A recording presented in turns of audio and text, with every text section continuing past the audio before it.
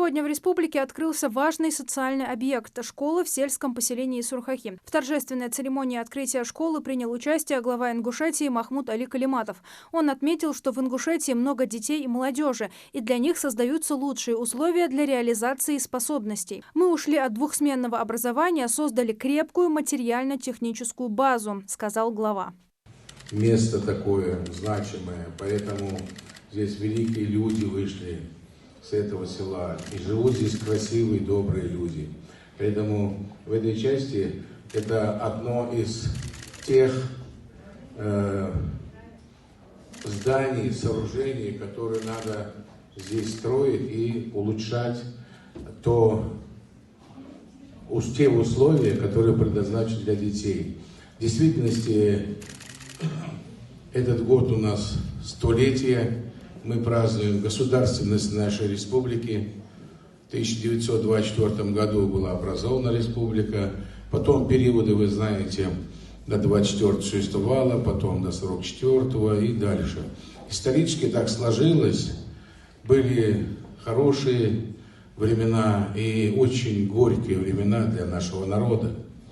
Но все-таки сегодня, представляете, какой путь пройти? А если брать уже 253 года, как мы добровольно вошли в состав, 253 года в состав России, и все-таки за период столетия, что бы ни было бы с нами, с нашими дедами, что бы ни коснулось нас, горечь такая иногда, да? Но знаете, чем компенсировано это все? Это компенсировано то, что мы видим счастливых детей, видим прекрасные школы, детские сады. Их построено буквально за годы последние, за 4 года, около 40 и более школ. Глава Центральной избирательной комиссии Элла Памфилова на специальном заседании комиссии озвучила официальные итоги голосования на выборах президента России. Владимир Путин набрал 87,28 голосов, Николай Харитонов – 4,31%, Владислав Дованков – 3,85%, Леонид Слуцкий – 3,2%. Итоговая явка на выборах президента России составила 77,49%. Государственная Дума приняла в первом чтении законопроект, направленный на дебюрократизацию сферы образования. Документ, в частности, предусматривает возможность заверения усиленной неквалифицированной электронной подписью заявления о государственной аккредитации образовательной деятельности и документов к нему. Также в законопроекте прописаны разные сроки, по истечении которых организации профессионального образования имеют право обратиться за предоставлением государственной аккредитации. Кроме того, устанавливается срок для подачи заявления о проведении государственной аккредитации не ранее, чем через 6 месяцев после отказа в такой аккредитации или лишения ее.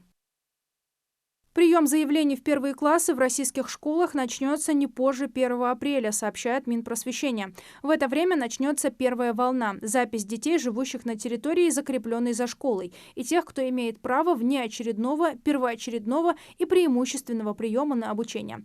Она продлится до 30 июня. Второй этап, когда можно будет подать заявление в школу другого района, пройдет с 6 июля по 5 сентября. Детей зачисляют на свободные места.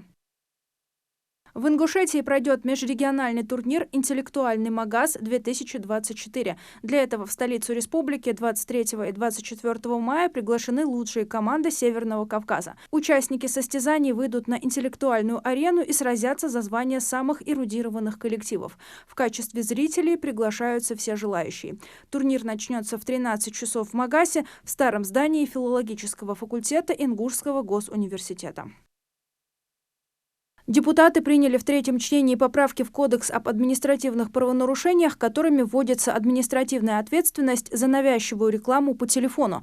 Нарушение требований к рекламе, распространяемой по сетям электросвязи, обернется для граждан штрафом в размере от 10 до 20 тысяч рублей. Для должностных лиц от 20 тысяч до 100 тысяч, для юридических от 300 тысяч до 1 миллиона рублей. Уже сейчас назойливые рекламные звонки запрещены законодательством. Они могут осуществляться только если если абонент дал свое согласие. Одновременно предложено увеличить штрафы за нарушение требований к рекламе кредитов и микрозаймов. Они будут грозить за рекламу кредитов, содержащую информацию о процентных ставках без указания диапазона значений полной стоимости потребительского кредита. Для должностных лиц штраф составит от 40 тысяч до 100 тысяч, для юридических – от 600 тысяч до 1 миллиона 600 тысяч.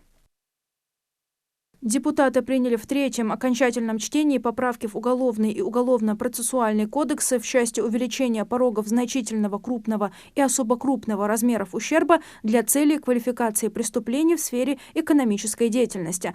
Законом повышаются пороги размера ущерба и преступного дохода, используемые для квалификации экономических преступлений. Помимо налоговых составов, пороги ущерба будут повышены для статей об ограничении конкуренции и о незаконном использовании средств индивидуализации.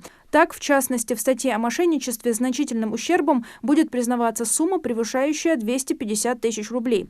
Крупным размером 4,5 миллиона рублей, особо крупным – 18 миллионов.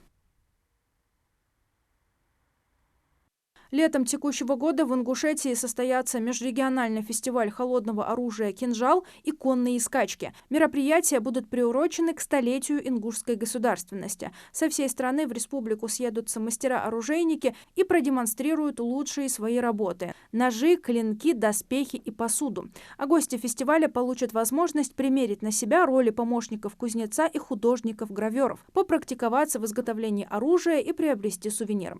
Также запланировано проведение конных скачек на ипподроме неподалеку от Магаса.